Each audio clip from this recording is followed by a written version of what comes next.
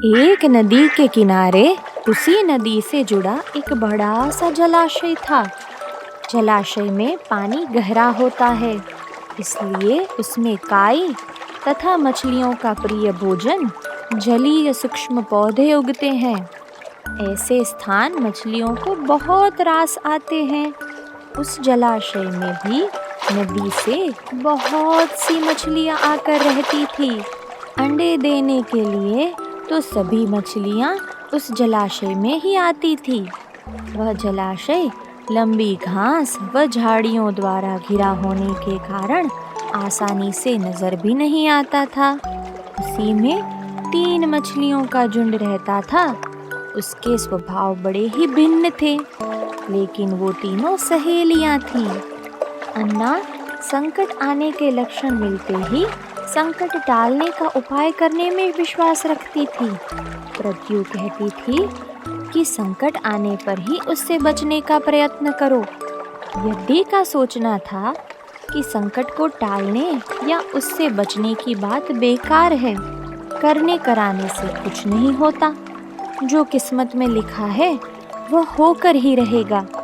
एक दिन शाम को मछुआरे नदी में मछलियां पकड़कर घर जा रहे थे। बहुत ही कम मछलियां उनके जालों में फंसी थी, अतः उनके चेहरे उदास थे। तभी उन्हें झाड़ियों के ऊपर मछलीखोर पक्षियों का झुंड जाता दिखाई दिया। सबकी चोंच में मछलियां दबी थी। वे तो चौंक गए। एक ने अनुमान लगाया, दोस्तों, लगता है झाड़ियों के पीछे नदी से जुड़ा जलाशय है, जहाँ इतनी सारी मछलियाँ पल रही है। मछुआरे पुलकित होकर झाड़ियों में से होकर जलाशय के तट पर आ निकले और ललचाई नजर से मछलियों को देखने लगे। एक मछुआरा बोला, आहा, इस जलाशय में तो मछलियाँ भरी पड़ी है। आज तक हमें इसका पता ही नहीं लगा।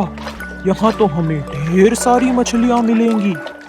आज तो शाम गिरने वाली है। कल सुबह आकर यहाँ जाल डालते हैं। इस प्रकार मछुआरे दूसरे दिन का कार्यक्रम तय करके चले गए। तीनों मछलियों ने मछुआरे की बात सुन ली। अन्ना मछली ने कहा, साथियों, तुमने मछुआरे की बात सुन ली। अब हमारा यहाँ रहना खतरे से खाली नहीं। खतरे की सूचना हमें मिल गई है। समय रहते हमें अपनी जान बचाने का उपाय करना चाहिए। मैं तो अभी ही इस जलाशय को छोड़कर नहर के रास्ते से नदी में जा रही हूँ। उसके बाद मछुआरे सुबह आए, जाल फेंके मेरी बला से।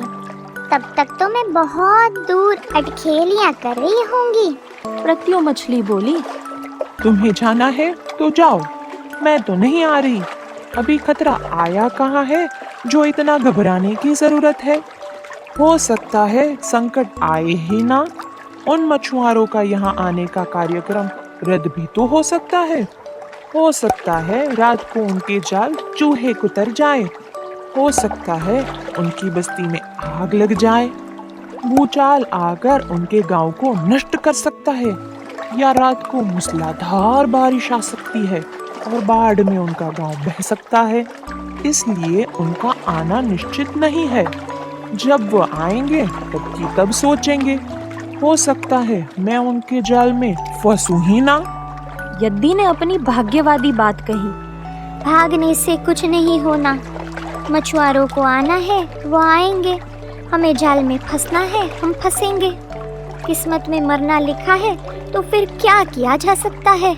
इस प्रकार अन्ना तो उसी समय वहां से चली गई। प्रत्यु और यद्दी जलाशय में ही रही। भोर हुई तो मछुआरे अपने जाल लेकर आए और लगे जलाशय में जाल फेंकने और मछलियां पकड़ने। प्रत्यु ने संकट को आए देखा तो लगी जान बचाने के उपाय सोचने में। उसका दिमाग तेजी से काम करने लगा।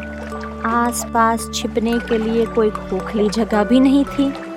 तभी उसे याद आया कि उस जलाशय में काफी दिनों से एक मरे हुए उदबिलाव की लाश तैरती रही है। वह उसके बचाव के काम आ सकती है। जल्द ही उसे वह लाश मिल गई लाश सड़ने लगी थी। प्रत्यु लाश के पेट में घुस गई और सड़ती लाश की सडांध अपने ऊपर लपेटकर बाहर निकल गई। कुछ ही देर में मछुआरे के जाल में प्रत्यु फंस गई।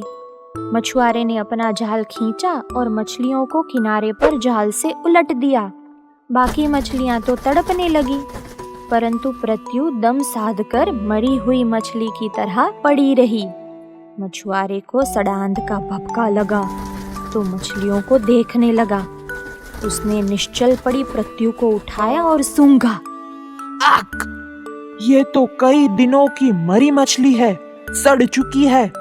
ऐसे बड़बड़ाकर बुरा सा मुंह बनाकर उस मछुआरे ने प्रत्यु को जलाशय में फेंक दिया। प्रत्यु अपनी बुद्धि का प्रयोग कर संकट से बच निकलने में सफल हो गई थी। पानी में गिरते ही उसने गोता लगाया और सुरक्षित गहराई में पहुंचकर जान की खैर मनाने लगी। यद्दी भी दूसरे मछुआरे के जाल में फंस गई थी, एक टोकरे में डाल दी गई थी।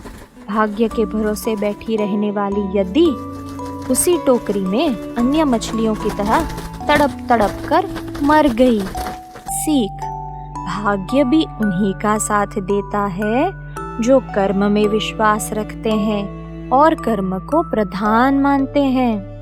भाग्य के भरोसे हाथ पर हाथ रखकर बैठे रहने वाले का विनाश निश्चित है।